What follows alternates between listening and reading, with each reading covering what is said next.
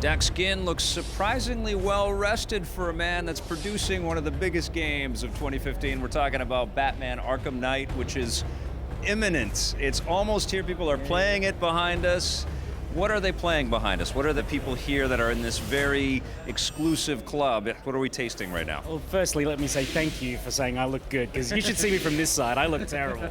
We've got some hands-on with Batman Arkham Knight, really focusing on the aspect of the game that we haven't been talking too much about since announcement. We've been getting into Scarecrow and the Arkham Knight, the vast and varied military forces under the control of the Arkham Knight, and the capabilities of the Batmobile to confront those forces. But it's the United Rogues Gallery that I think a lot of people have been curious about. How does that all work? Because in Arkham City, with the chaos brought by Joker, there wasn't any opportunity for those supervillains to work together.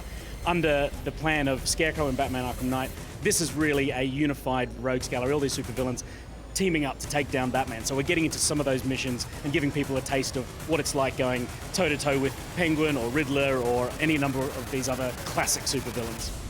You guys knew it was in development the whole way along, but it's new to us because you just revealed it through trailers and stuff, is this dual play mechanic. So it feels like an army against armies a bit, right? Yeah, I mean, that's what we always imagined for this final epic conclusion to the Rocksteady trilogy, was armies coming together. And even though Batman's a very isolated, very solo operator, he does lean into his friends, whether it's Oracle or whether it's Nightwing or Robin or Lucius Fox or Alfred, Commissioner Gordon even. So not just building that sense of alliance through narrative, but also taking it further and building it into gameplay was something we were really excited about. And watching it come together as an integration into the free-flow combat system, I just think it works so beautifully.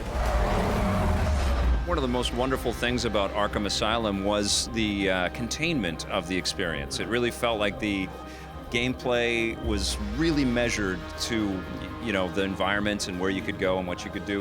When you play that sort of after this or as you're developing this, does it just feel quaint now? Does it feel like this tiny little shoebox that you're in? Not being able to glide feels really strange. Yeah. You know, I go back, everyone on the team goes back to play Arkham Asylum a lot because it feels just so claustrophobic and so intense. Yeah.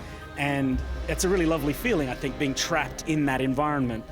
To try and communicate that sense of intensity in an open world game is really difficult, but I think we achieve it through a lot of narrative components where Batman feels under pressure all the time from every angle. Yeah. And so that sense of intensity, I think, does come across in this game. But definitely since Arkham City, being able to grapple and glide across the skyline, and now in Arkham Knight, it's just insane. The kind of altitude that you can hit ejecting out of the Batmobile. It's weird how underpowered Batman feels in Arkham Asylum by comparison. But that's always been the plan. You know, his journey across the 3 games has been a journey of empowerment. So it kind of makes sense in that respect. Now, this was a game that was supposed to come out in the 75th anniversary of Batman in 2014 there, and of course it's been famously delayed a couple of times, I think. Tell us about what happens when a game of this size gets pushed back a little bit. What kinds of things did you guys add?